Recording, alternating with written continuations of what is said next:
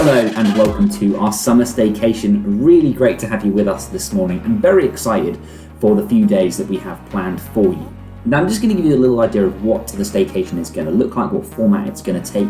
So each morning we're going to be starting with a live premiere YouTube video, much like this one, and it will drop at 11 a.m. each day. And what you can expect in the YouTube video is a short talk from me about our theme for the week, which is influence.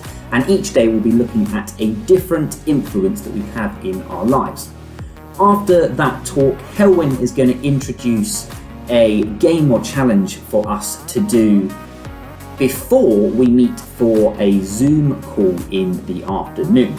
Now, you need to have officially signed up to have the email sent to you with the Zoom link. If you haven't officially signed up, you are still more than welcome to tune in to our live premiere YouTube videos, but you won't be able to access the Zoom call in the afternoon because obviously we won't have your information to send you the link. We will be keeping the registration open until the last day for anybody who, the last minute, decides they would like to sign up and join us for the Zoom call. Speaking of the last day, on the last day our Zoom call will look a little bit different. Instead of it being a chance to catch up with one another and find out how your summer's going and also see how you've got on with the game or challenge that Helwyn has set, on the final day we will be doing a Zoom quiz.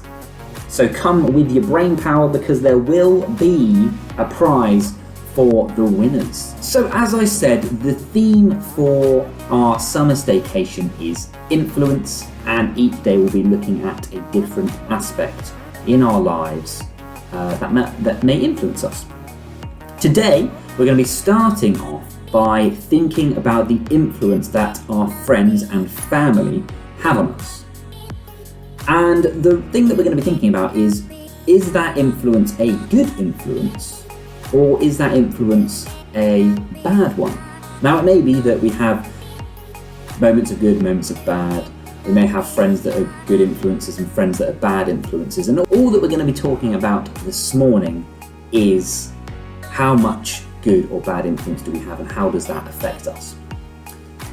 Now what I'd like to do first of all is just take you back a few years, maybe more than a few years, but to when I was younger, and yes, I was younger at one point in time. When I was in my teens, I allowed myself to be influenced in a bad way.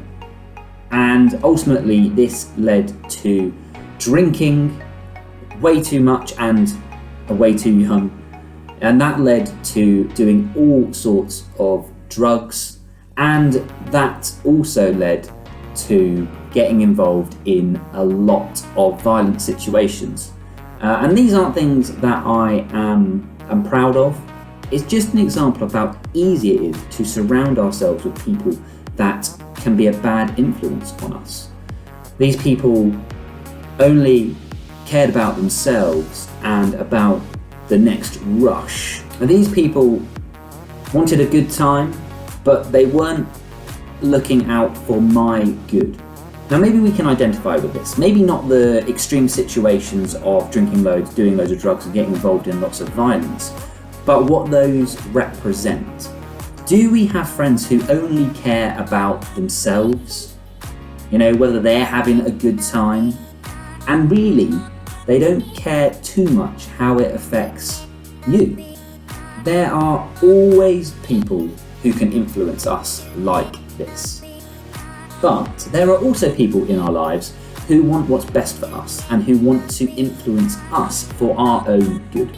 A friend of mine saw how bad I had gotten, and he knew that once upon a time I went to church. He invited me along, and after a few months I saw that I had allowed myself to be led down a really dark and destructive path. This friend helped me find my way back by simply taking me to church. Now, you may not be a Christian, and that's okay.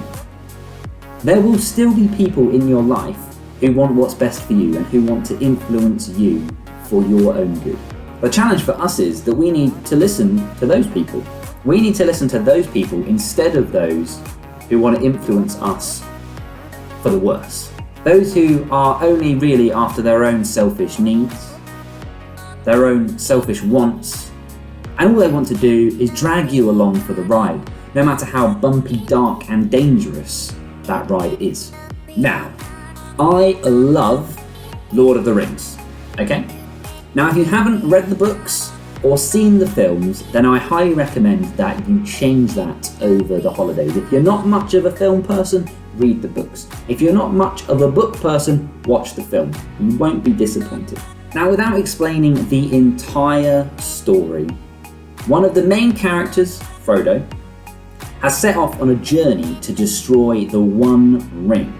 Now, that One Ring carries within it the essence of the Dark Lord Sauron, who is effectively the big old baddie of the story. On his journey, Frodo has his trusted friend, Sam.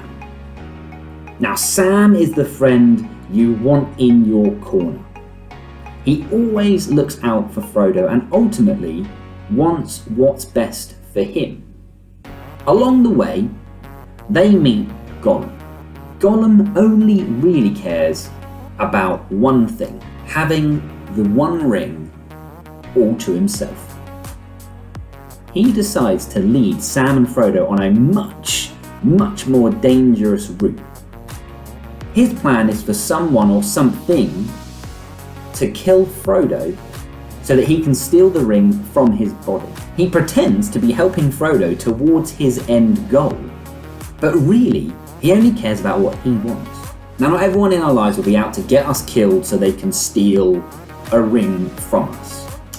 But there will be people who only care about themselves and what they want. They may act like they care about you, provided it benefits them. Now, that sounds dark and dreary. The good thing is that there will also be people in our lives like good old Sam. Those that genuinely care about us. Those that want the best for us in the short term and in the long term. As a Christian, I know that God wants what's best for me. I mean, so much so that he sent his son Jesus to die on the cross.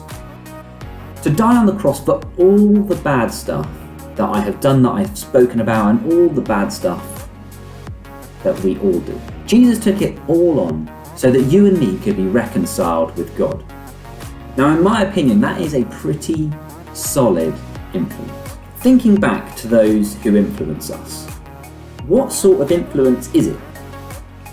Are they looking out for you, for themselves, or are they just looking for the next thrill or rush? Do we need to reassess who influences us? And the bigger challenge is, what kind of influence are we? Are we the Sam of the story? Those that are looking out for others' best interests, long and short term?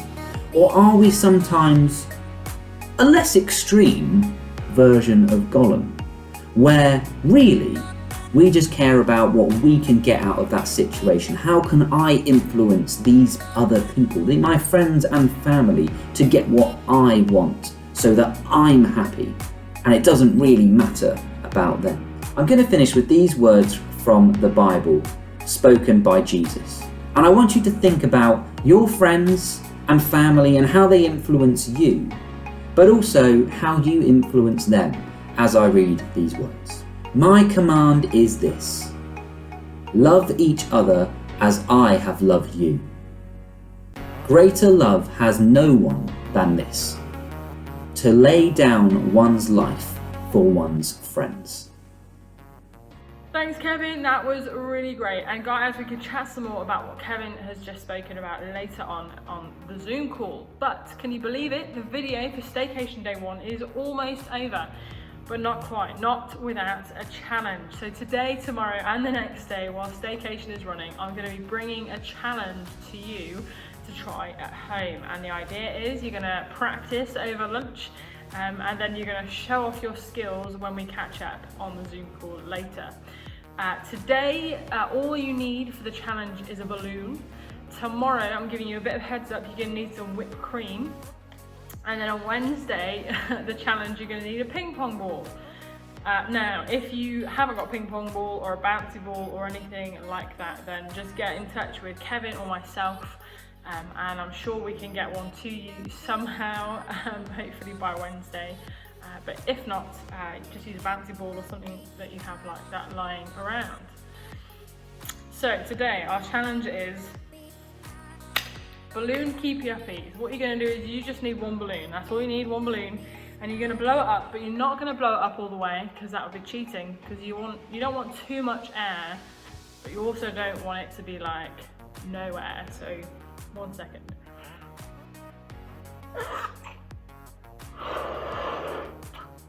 You probably want it about that big, so like probably about the same size as your head, like a bit of a round ball. So you want to blow it up to a bit of a round ball, maybe not like proper oblong balloon shape.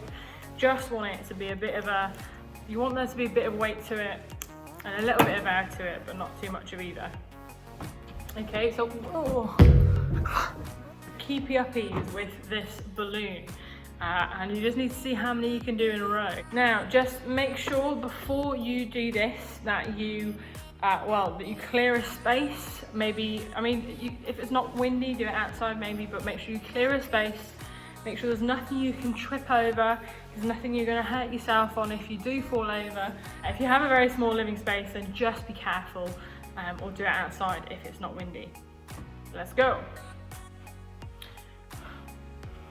1, 2, 3, 4, 5, 6, 7, 8, 9, 10. 10, I am in utter disbelief. I thought I was only going to manage 2. I did a toilet roll keepy uppies at the beginning of lockdown and I only got 2, but I guess a balloon is probably a bit easier. So let's see if you can beat 10, because I'm not very good and I got 10. So see how you get on. Can't wait to see how you do later.